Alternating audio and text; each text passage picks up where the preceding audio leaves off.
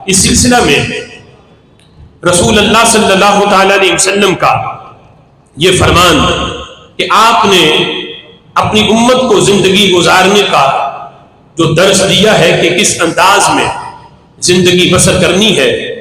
ایک ہے کہ موت کی تمنا بھی نہیں، اور دوسری احادیث کو اگر دیکھا جائے اور ان کا نچوڑ اگر بیان کیا جائے، خلاصہ بیان کیا جائے، تو وہ یہ بنتا ہے کہ موت کی تمنا سے بھی منع کیا اور زندگی کے اندر لمبی امیدیں لگانے سے بھی میرے محبوب نے منع فرمایا۔ اب یہ نہیں کہ بندہ موت کی تمنا تو نہ کرے لیکن لمبی امیدیں لگانے لگے کہ میں نے ابھی بڑے سال جینا ہے، بڑی زندگی ہے، لمبی لمبی امیدیں لگا۔ فرمایا نہیں، مومن کی شان یہ ہے کہ موت اپنی زبان سے مانگتا نہیں لیکن کسی لمحے موت سے غافل بھی نہیں ہوتا، ہر لمحے موت کے لیے تیار بھی رہتا ہے کہ یہ جو سانس اندر گئی ہے یہ بھی پتہ نہیں باہر آنی ہے یا نہیں آنی، ہر لمحے بلکہ ہر نماز کو اپنی زندگی کی آخری نماز سمجھ کے پڑھتا ہے، ہر رمضان کے روزوں کو اپنی زندگی کے آخری روزے سمجھ کے رکھتا ہے، ہر نیک عمل کو اپنی زندگی کا نیک عمل سمجھتا ہے، اور زندگی کے ہر طلوع ہونے والے دن کو اپنی زندگی کا آخری دن سمجھتا ہے، اور ہر آنے والی رات کو اپنی زندگی کی آخری رات سمجھ کے اپنے بستر پہ آرام کرتا ہے۔ موت سے کبھی بھی وہ غافل نہیں ہوتا۔ فرمایا غفلت موت سے یہ بھی مومن کی شان نہیں، اور موت کی تمنا کرنا یہ بھی مومن کی شان نہیں، ان دونوں کے بیچ کے اندر جو رستہ اختیار کرنا، فرمایا یہ مومن کی شان ہے۔ یہاں تک کہ حضرت عبداللہ ابن مسعود رضی اللہ تعالی عنہ آپ فرماتے ہیں کہ رسول اللہ صلی اللہ تعالی علیہ وسلم صاحب اختیار اور مالک کونین ہونے کے باوجود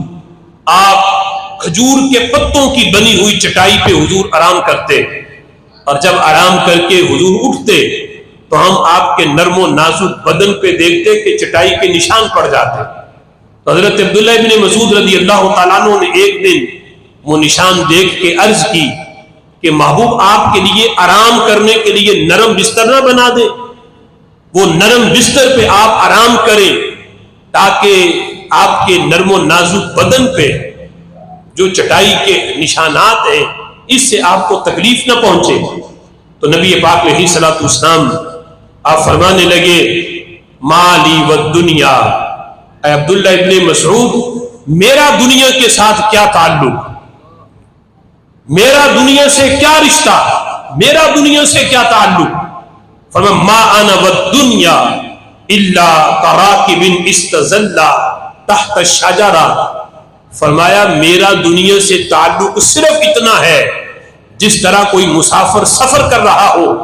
اور دوپہر کے وقت اسے کسی جگہ پہ سایہ دار درخت نظر آئے اور وہ کیلولہ کرنے کے لیے اس درخت کے سائے میں چند لمحے آرام کر لے، وہ درخت کے نیچے آرام وہ ہمیشگی کے لیے نہیں کرتا، چند لمحے سفر کی تھکاوٹ اتارنے کے لیے وہ آرام کرنے کے لیے لیٹتا ہے، اسے پتہ ہے میری منزل یہ نہیں، منزل میری آگے ہے۔ فرمایا میرا رشتہ دنیا کے ساتھ صرف اتنا ہی ہے جس طرح مسافر سایہ دار درخت کے نیچے آرام کرنے کے لیے لیٹتا ہے